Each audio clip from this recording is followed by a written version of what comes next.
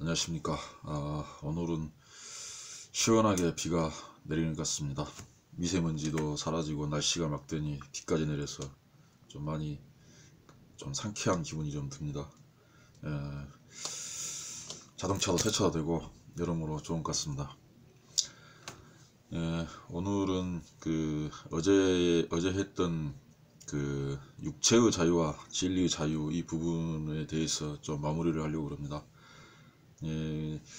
지금 그 전에 설명했던 것들 어떤 통계였는지 범죄율, 기독교인의 범죄율에 대해서 미미한 차이지만 일반인과 비슷하다라는 그런 통계에 대해서 이제 얘기를 하면서 이어서 이제 육체의 자유와 진리의 자유를 했었고, 또 그 전에 또 이제 정리했었을 게 제가 이제 이 기독교의 적대 세력, 역사적인 그 세력들에 대해서 얘기를 했었는데, 그게 또 놀랍게도 중국 공산당과 관련이 있었다. 그게 오랜 기간 80, 90, 2010년 약 30여 년 동안 기독교인도 모르게 그러한 공작이 있었다. 그런 겁니다.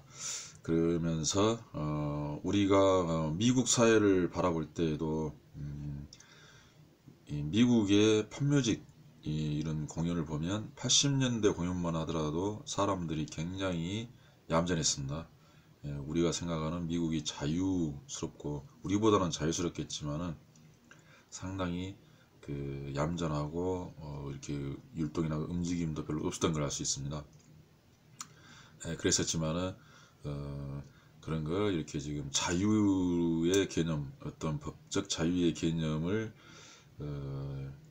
특히 이렇게 일부 보통 보면은 요즘에 영향력을 끼치는 것은 민주정치에서 영향을 끼치는 것은 개개의 국민보다는 어떤 조직화된 단체, 압력단체 같은 시민단체나 압력단체가 영향력을 많이 끼치고 있습니다. 국민들은 선거만 할 뿐이지 자기의 의사를 대변해서 매스컴에 공표가 되고 또 여론이 된다거나 또 여론이 되다 보면 정치적인 관심을 끌거나 이런 일을 할 수가 없습니다. 그랬을 때 보통 중국 공산당의 공작은 자유의 이름으로 이렇게 공작을 하는 것 같습니다. 자신들 국가에서는 그런 어떤 시민단체라든가 이런 거는 철저히 파괴하면서 민주국가에 들어와서 이제 그런 것들을 많이 하는 것입니다. 자유도 보면은 우리가 일반적으로 민주국가에서 지금 원래는 다수결주의였다가 다수의 횡포 해가지고 나치당의 우익 독재를 겪으면서 소수자 보호하면서 소수 보호에 대한 여러 가지 대책들이 나오게 됩니다. 그렇지만 요즘에는 이제 제가 봤을 때는 그러한 단체를 위장한 또 자본과 결탁한 그런 언론을 통한 어떤 압력으로 여론과 가치관을 이렇게 좀 조장해가는 이런 공작들이 지속되어 왔다는 것입니다.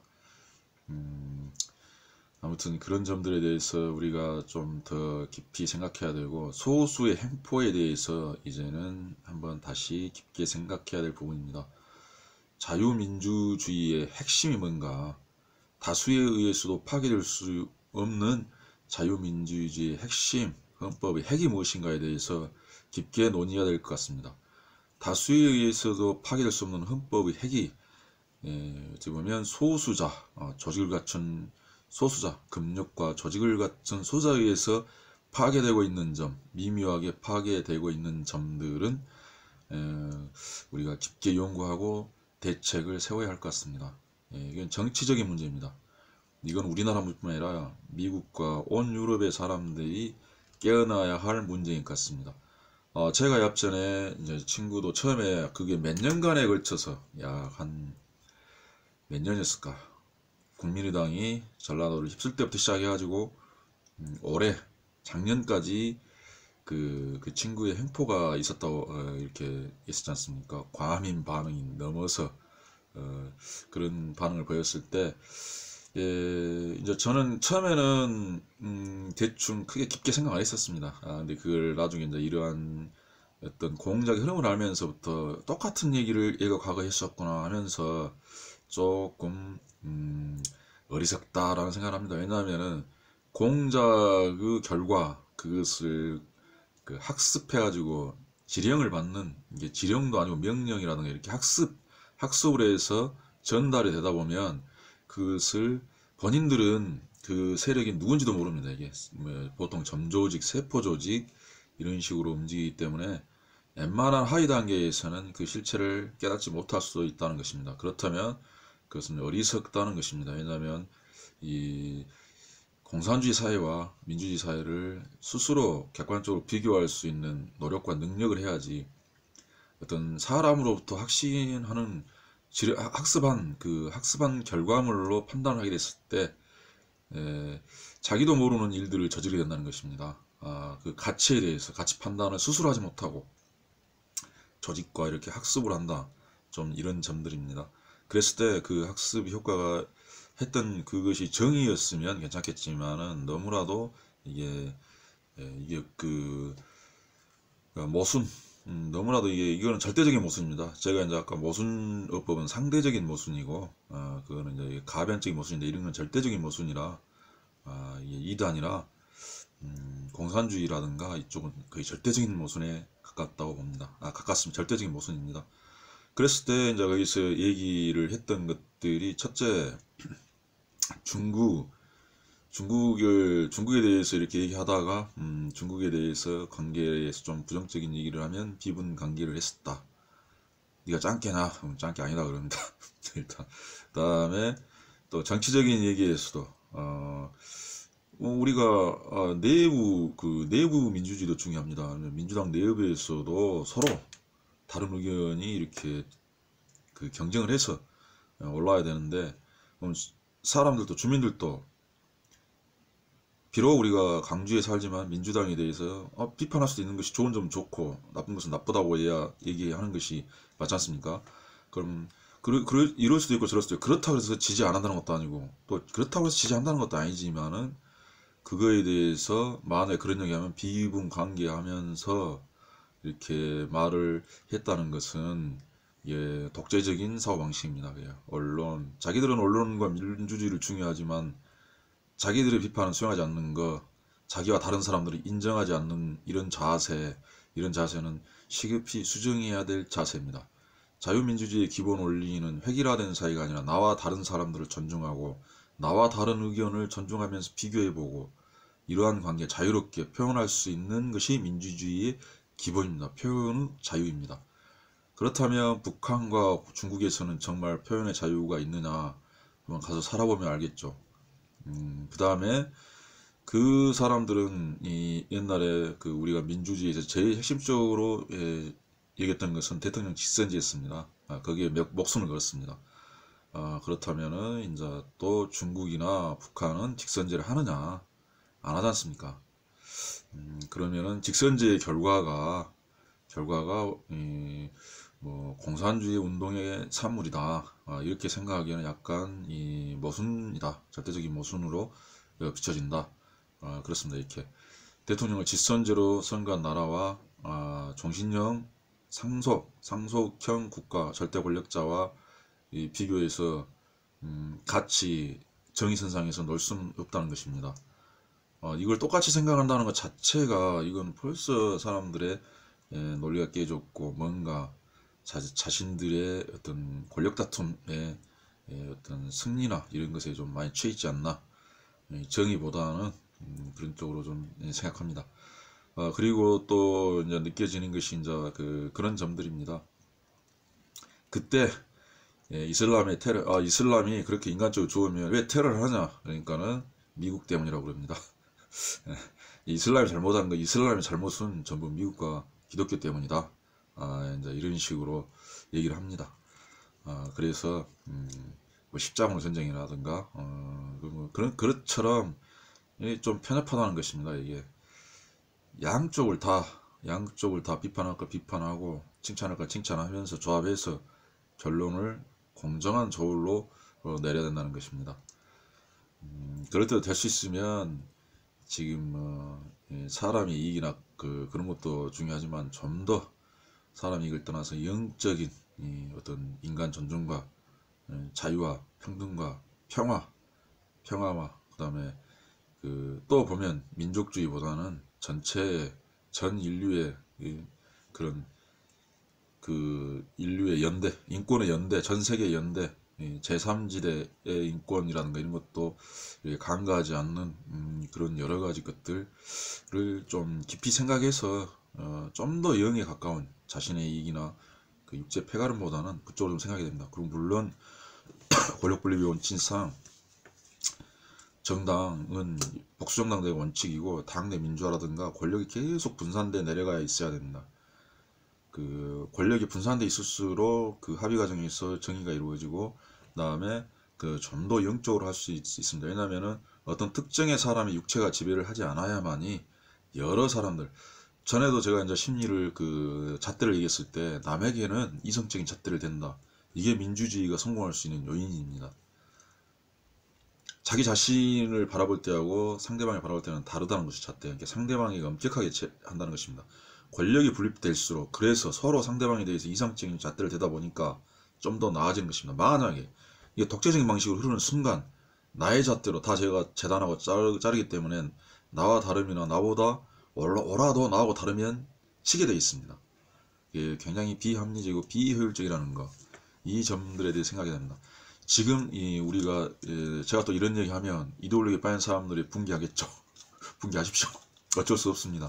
그날에서 저는 분개하지 않습니다. 왜냐하면 저 같은 경우는 특별히 차이점이 뭐냐, 똑같이 기독교를 비판하고 또 자유민주국가인 미국에 대해서 비판해도 저 같은 경우는 그런가?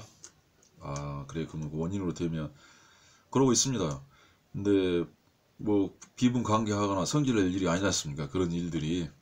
근데 그런 일들에 대해서 비분관계하고 지나치게 광분하고 날때고 술자리에서건 어디서건 이렇게 한다는 것은 굉장히 이게 정상적인 어떤 화평의 인간이 아닙니다. 이게.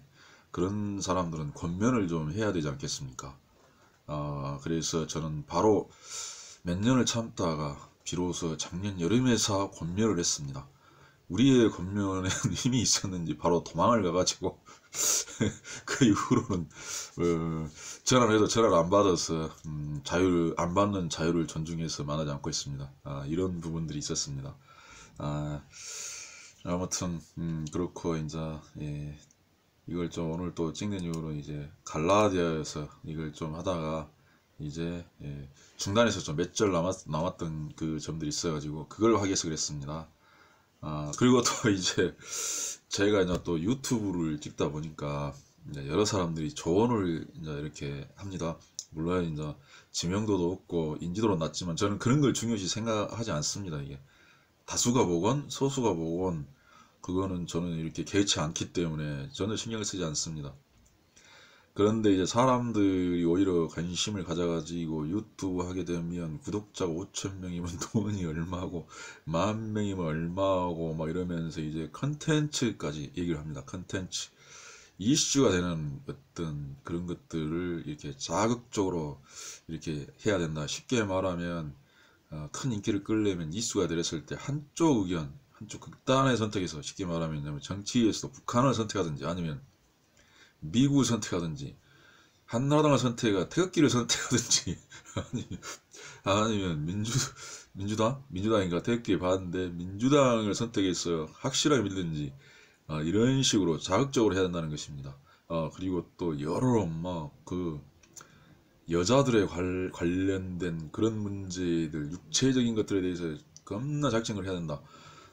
참 이런 얘기를 많이 듣습니다. 그리고 특히 또 이제 종교 이런 얘기를 했을 때 2단의 종교를 세워야 된다고 이렇게 얘기합니다. 2단을 세워서 사람들을 모아서 특히 종교의 여자들이 잘 털린다. 그래서 여자들을 육체적으로 물질적으로 털어버려야 된다.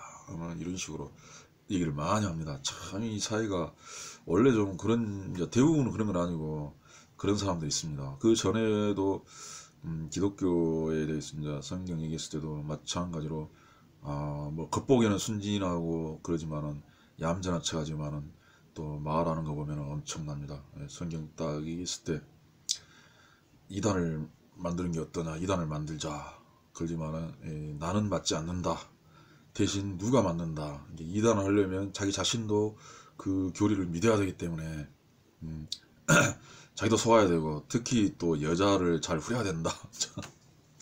이런 얘기들, 이것이 우리의 현실이라고 보면 되겠습니다. 아무튼 저는 소수를 위해서 올리고 있기 때문에 개의치 않고 나름대로 굉장히 즐겁게 하고 있습니다. 그리고 또 다른 사람보다 훨씬 더 행복하지 않나, 요즘 들어서 더 그런 것 같습니다.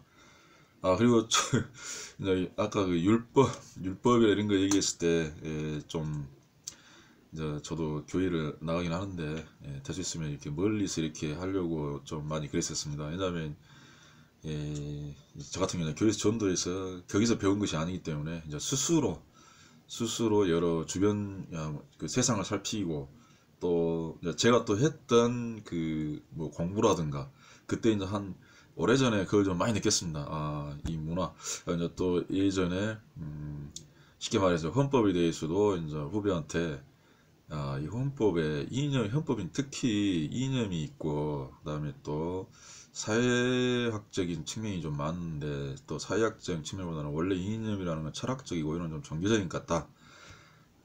실용법학보다는 그런 측면이 있다. 이렇게 얘기하니까 그래서 이게 기독교의 어떤 그 정신, 성경에서 이념이 나온 거 아니냐, 이렇게는 엄청 강력하게 반발한다. 왜냐면 걔들은 그야말로 율법주의자니까 무슨 소리를 하느냐고, 그 근거 없는 얘기 아니냐.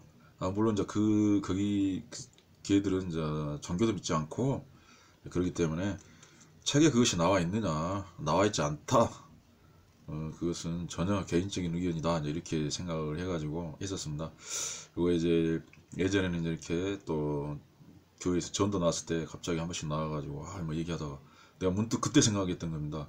생각해보니까 자유, 평등, 정의, 평화 뭐 이런 것들을 생각했을 때 민주주의, 뭐 국민주권 이런 거 봤을 때 기독교 문화인 것 같다. 그렇게 얘기하니까 엄청 좋아하더라고. 그러면서 이제 거기서 이제 그분은 이제 집중적으로 이제 기도를 해가지고 자기가 무슨 병이 걸렸고 아들이 병이 걸렸었는데 치유돼가지고 그때부터 정말 이렇게 믿게 되었다. 완전 열성적인 그 신자였습니다. 그리고 그 말하는 거 보니까 그건 사실이었던 것 같습니다. 그리고 그랬다는 점들입니다. 그래서 이게 참 납득이 안 되고 좀 그런 점들이 굉장히 많습니다. 그리고 이제 교회에 가서도 이제 저는 이제 교회에 가면은 조용히 이제 예배를 보고 좀 자유롭게 이렇게 했었는데 조직을 만들려고 그러고 막 교육을 많이 시키기 때문에 근데 저 같은 경우는 이제 이렇게 이제 답답하니까요. 이렇게 얘기하면 왜냐면 그쪽은 제가 얘기하면 내 말이 무슨 말인지 모르고 자기 교회 원래 교인들의 특징이 그렇나 자기 교회 얘기 아니면 안 듣습니다.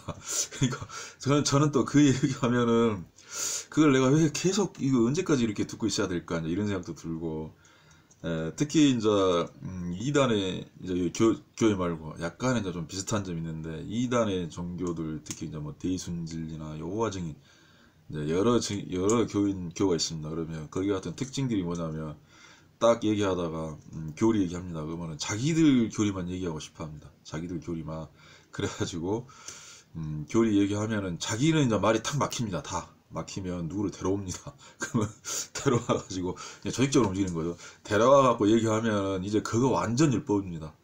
이게 자기 위로 갈수록 데려온 사람일수록 자기들끼리만 정의하는 율법에는 얘기해도 들으려 하지도 않고 관심도 없고 이해도 안 되고 또 자기들 교리도 자기들이 해석한 것만 이해하고 나머지 부분은 전혀 해석이 안 되고 데려온 사람이 오히려 더 모르는 것 같고 또 데려오면 더 가까운 사람들이 나타나고 이런 현상들이 많이 발생했던 것 같습니다. 보편적으로 이런 일들이 약간 있다는 생각이 듭니다. 그런 점들. 그래서 이제 아까 말한 대로 이제 그런 점들이 이제 진리가 전파되는 과정에서 쭉 오다 보면 이게 이제 율법화된다. 그래가지고 그 율법이 쭉 내려왔을 때 경직화된다. 이게 그래서 이게 죽은 율법이 된다. 그래서 이제 죄와 사망의 법이 된다. 죽으면 그랬을 때 이제 원래 성령의 뜻이 사라지고 사람의 해석들이 남고 그 해석을 이제 해석을 하고 이어지다 보면은 처음에는 선지자들처럼 생명을 받은 사람들이 해석을 하고 했었지만은 계속 내려다 보면 이제 아직 생명을 받지 않는 그런 사람들이 또 받아가지고 전수하다 보니까 율법이 되고 이단이 되고 이런 점이 좀 있는 것 같습니다. 이때 이제 뭐 기도 효과는 이게 나중에 설명해야 될 것 같습니다. 지금 기도 효과는 이제 어떻게 있는가 그걸 떠나서 그래서 이제 성령을 받아야 된다. 이제 그런 겁니다. 그러니까 쉽게 말하면 어느 사이에 율법이 육체 율법이 되고 자유가 육체의 자유가 되고 이렇게 된다는 겁니다. 그럼 이걸 다시 성령 율법 완성된 율법 율법을 완성시켜서 생명의 율법 그 생명의 성령의 법 이런 식으로 다시 이렇게 해야 되는 거죠. 그 피세례 앞에 물세례를 피세례로 바뀌어야 된다. 지금 이런 얘기입니다. 그랬을 때 이제 율법 같은 경우는 대부분이 그 정통으로 가야 되겠죠. 일단은 이게 이단으로 세면. 근데 특히 이제 우리나라 이단 같은 경우도 보면은 이단의 인구가 기독교인의 4명 중에 1명이 이단이기 때문에 이단이 여러 종류지 않습니까? 이단들도 다단계가 옮기고 순하듯이 이단들도 순환을 합니다. 여기 갔다 저기 갔다 이단끼리 많이 다닙니다. 이게 그런 경우는 이제 또 이제 정명석 씨가 출소하게 되면 이제 JMS가 좀 더 부흥하려는가 모르겠습니다. 그리고 지금 최고의 인원수 많은 이단은 어머님 하나님의 어머님 하나님 교회 하나님 성에 같습니다. 일단 그렇고 그런 점들 그런 특징들이 있다는 건 먼저 아시고 그 다음에 이제 여기서 아까 말한 이제 그래서 교회도 제가 그냥 분권이라든가 이렇게 하다 보면은 왜 그러냐면은 조직 속에서 이 먼저 된 자가 먼저 교회에 다닌 사람이 성령을 먼저 받는다는 보장을 없습니다. 나중 때가 먼저 될 수도 있기 때문입니다. 그래서 약간의 이렇게 대화라든가 이런 거는 어느 정도 조직이 없으면 안 되니까 그건 필요하고 이렇게 두 가지를 조화를 시켜야 된다는 겁니다. 이게 율법과 생명의 조화 속에서 일단 반반 안 될지라도 생명이 어느 정도 살아날 수 있는 틈을 줘야 된다는 겁니다. 이렇게 여유를 분권화 밑에 주권을 좀 줘야 된다는 겁니다. 이렇게 발언권이나 이런 것들을 좀 그런 얘기고 이런 것들은 좀 아직은 현실적으로는 좀 거리가 있지 않나 좀 그렇게 생각을 하고 있습니다. 그래도 큰 문제는 없다고 생각합니다. 이거는 이상과 현실은 항상 갭이 있게 되어 있고 그런 것입니다. 마지막 때임에도 불구하고 또 새로운 사람이 계속 탄생해서 율법 아래에 있기 때문에 이게 계속 발생하는 것입니다. 그렇다면은 과연 그러면은 이 성경에서 말하는 이 마지막 때의 성전은 어딘가? 그 성전은 사람들이 잘 모르는 것 같습니다. 그 성전은 제가 예학 전에 한번 얘기했었죠. 고린도전서 이쪽 부분 할 때 강의에서 얘기했는데 지금 안 하겠습니다. 그러면 이제 이 신약 성경은 그러니까 쉽게 말해서 신약 성경이 성전에서 이루어지고 있는 일이라고 보면 되겠습니다. 성전은 세 가지가 있습니다. 하늘 성전, 그 다음에 구약의 성전, 신약의 성전 세 가지가 있습니다. 셋 다 중요합니다. 셋 다. 그렇지만 구약의 성전은 신법 우선의 원칙에 의해서 완파가 됐습니다. 이스라엘 성전이 완파가 됐습니다. 그랬을 때 지금은 또 이스라엘 성전을 또 물질적으로 육체적으로 생각해서 재건하기 위해서 노력을 하고 있습니다. 노력한 사람도 물론 있어야겠죠. 그런 것들 또 이스라엘의 회복은 얘기했었나 안 할 것 같은데 그건 나중에 하도록 하겠습니다. 여기까지만 하고 그 다음에 중요한 건 마지막 때 성전이 어디냐 언제부터냐 어디까지냐 거기서 일어난 일들이 어떤 일이고, 애언에서 말하는 성전이 무슨 성전이었냐. 그 다음에 천지창조는 생명의 찬종대, 생명이 무엇이냐. 그거는 질문을 던지고 나중에 하겠습니다. 생명이 율법이냐, 생명이 피냐, 생명의 성령이냐. 이것을 일단 구분하고 추정을 해보시면 되겠습니다. 이제 전에 만일 서로 물고 먹으면 피차 멸망할까 조심하라. 이 부분들은 이 사랑의 방법, 그렇죠. 사랑의 방법도 이렇게 보면 깊게 생각해야 합니다. 밑에 이제 사랑의 내용들이 나오지만은 하나님의 사랑, 가장 전지전능한 하나님의 사랑도 결론은 심판이라는 것입니다. 아시겠지만은 우리가 전에 제가 방패 얘기했습니다. 무장 얘기했습니다. 성령의 검은 얘기 안 했습니다. 막는 것만 얘기했습니다. 막을 때 이의 칼이 들어와서 내 방패가 쫙 깨지면 이의 방패를 떼야 된다. 이에는 니. 눈의 칼이 들어와서 내 방패가 깨지면 눈의 방패를 떼야 된다. 눈에는 눈. 그 다음에 성령의 검을 아셨습니까? 이겁니다. 여기까지만 얘기하겠습니다. 그렇듯이 이 말들을 잘 의미해야 됩니다. 이게 사랑과 용서, 누구를 사랑하고 누구를 용서해야 되고, 사랑과 용서와 인내와 그 끝은 언제까지인지, 마지막 때가 언제인지, 새로운 시대는 언제인지, 이것도 결부시켜서 판단해야 됩니다. 사람들도 마찬가지지 않습니까? 심판의 권능을 예수께 주셨는데, 아버지께서 주셨는데, 심판은 말씀이 하신다고 그랬습니다. 우리가 말씀을 받았을 때 항상 호구처럼 그러느냐? 그렇지 않습니다. 말씀이 심판을 하십니다. 우리도 심판하지만 또 우리도 천사도 심판한다고 했습니다. 천사의 개념. 천사도 타락한 천사가 있다는 거 아시지 않습니까? 하늘의 천사와 타락한 천사가 있습니다. 율법이 있고 율법의 안성이 있고, 그런 것처럼 죽은 율법이 있고 살아있는 율법이 있는 것처럼, 이 이단의 천사, 사이비의 천사, 천사라는 거는 보통 하늘의 뜻, 하늘의 사자, 말을 전한 말씀 전파자입니다. 전파자이고, 이단 사이비 육체의 율법의 말씀을 전하는 천사, 그 다음에 살아있는 예수님의 피와 생명의 성령, 완성된 법을 전하는 천사, 두 가지가 나눴습니다. 그래서 말씀을 받은 우리는 천사를 심판한 권세가 있는 것입니다. 보면은 뭐 무조건 멍텅이처럼 이건 전부어라, 전부 사랑이야, 저주도 잊어버리죠.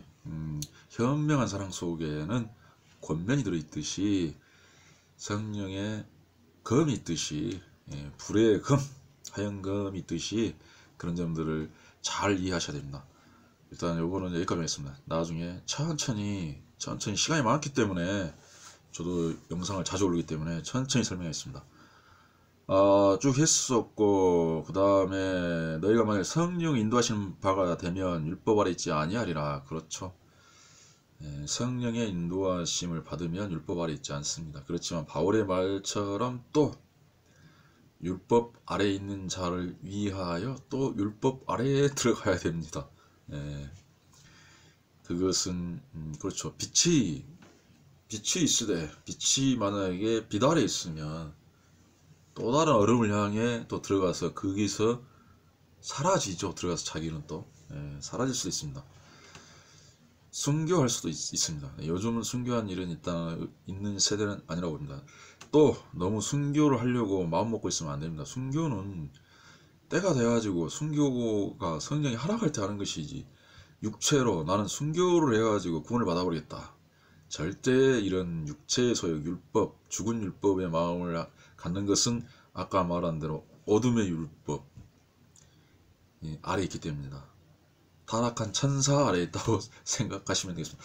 절대 자기를 얽매여서는 안 되고 맹세를 하시면 안 됩니다. 이게 때에 따라서 인도하심은 사람의 때에 따라서 변하기 때문입니다. 이 변화 속에서 그 일관성, 변화 속에서 사랑, 변화 속에서 정의, 변화 속에서 자유, 담대함, 평화, 이런 걸 좀 생각하셔야 됩니다. 살아있는 율법이 된다는 겁니다. 죽어있는 경직된 것, 지금 때에 맞지 않게 움직일 줄 모르는 그런 율법의 순교는 자살이 될 수 있는 자살. 성령의 명함과 성령으로 인한 그 무장, 성령으로 인한 마취를 받지 않고 순교를 감행한다. 이거는 굉장히 자살과 같습니다. 절대 그런 생각을 해서는 안 되겠습니다. 마취가 돼야 됩니다. 이게. 그 다음에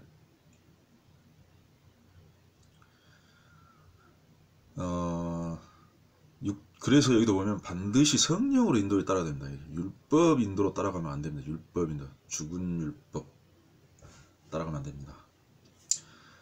이 보면은 촛대의 기름은 항상 그때그때 들어와서 불이 붙어 있는 것입니다. 등잔대에 기름 항상 새로운 기름이 보충되는, 항상 새로운 기름. 그 다음에 육체의 일은 분명하니 곧 음행과 더러운 것과 호색과 우상숭배와 우상숭배 아까 그런 겁니다. 죽은 율법이 우상입니다. 이게 죽은 율법의 말씀, 그 사자를 보낸 뱀, 그 다음에 주술 아까 이렇게 주술 뭐 강신술이나 마법 이런 것들입니다. 주술. 그 다음에 주술과 원수 맺는 것과 분쟁과 시기와 분냄과 당짓는 것과 분열함과 이단과 투기와 술취함과 방탕함과 또 그와 같은 것들이라. 전에 너에게 경계함같이 경계하느니 이런 일을 하는 자들은 하나님의 나라를 유업으로 받지 못할 것이. 갈라디아서 5장 20절부터 21절입니다. 20절부터 20절. 이 길을 쭉 보시면은 이제 뭐 우상 숭배, 주술, 육체의 일, 음행과 더러운 것과 호색, 이건 항상 보면 중의적인 뜻이라는 것을 이렇게 아시면 됩니다. 육체의 음행을 행한다는 것은 벌써 육체의 소욕에 따른 것이고 육체의 율법에 따르는 것입니다. 또 이거는 지금 믿는 자들이 하는 얘기이기 때문에 중의적입니다. 아니면 안 믿는 자가 음행하고 이런 것은, 호색과 이런 것은 그냥 뭐 사람 원래 그러는 것이니까.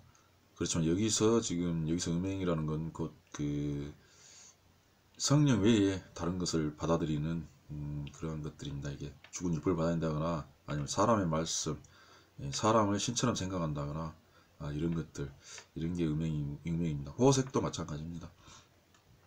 어떤 육체가 좋아하는 것들, 성령이 좋아하는 것을 좋아하는 게 아니고 성령이 사랑을 하는 게 아니라 사랑하면 육체의 사랑들, 물질적인 사랑과 이런 것에 대해서 판단하는 것들입니다.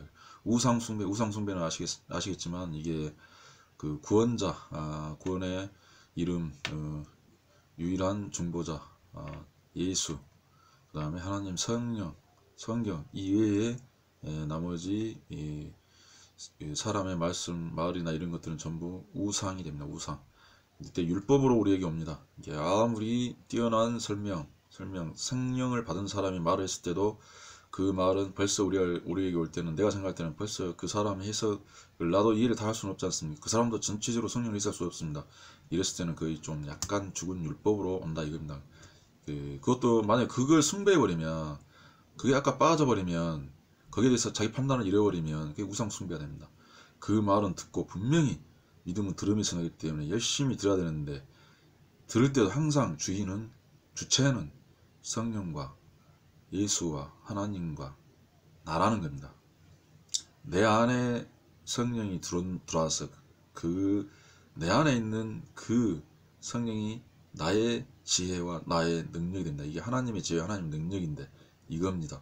내 안에. 지금 신약은 이게 중요합니다. 내 안에. 이 사람 안에가 아닙니다. 이 사람 물론 안에 있겠죠. 이 사람이 중요하죠. 내 안에.